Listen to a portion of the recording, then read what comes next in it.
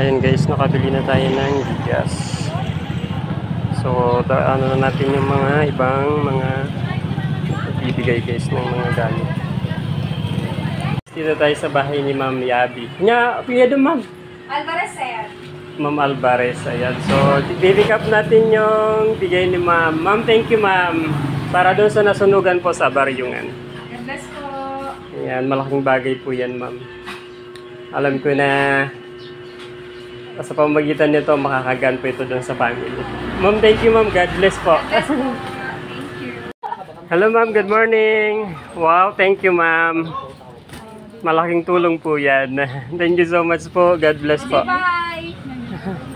May message kayo doon sa no?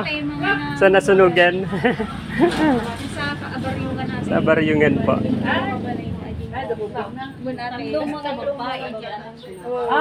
Ay, babae po, anak na.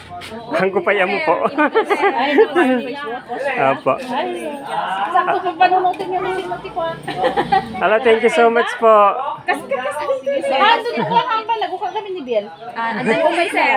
Ay, sige, no, adan to, di mabalintay tulad lata ulit. Sige, bye. Ayan. So, patunay po yan na kahit wala po tayong pera, hindi po hadlang para makatulong tayo. Thank you so much po. Dito tayo sa bahay ni Ma'am Joy Gaspar. May bibigay daw si Aling Janang maliit. Pagitag murmuryot ni Aling Janang.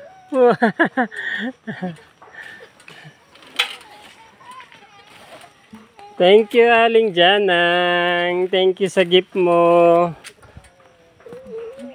Harap ka dito ah. Thank you. Thank you Ma'am Joy. Ayan, madami na tayo guys na nakolekta. Nakakayak yung support ni guys. Ay, babay daw oh. Ayan, yung isa na nagbigay sa atin para doon sa nasunugan guys. Okay, tingnan nyo naman guys, ang dami na. Sulit. Thank you sister. May message po kayo. Sa mga nasunugan, sana makabawi kayo agad. And sana makatulong tong mga bigay namin sa inyo. Ikip nyong isang challenge yung nangyari sa inyo. Siguro may plano si God na mas maganda pa sa inyo.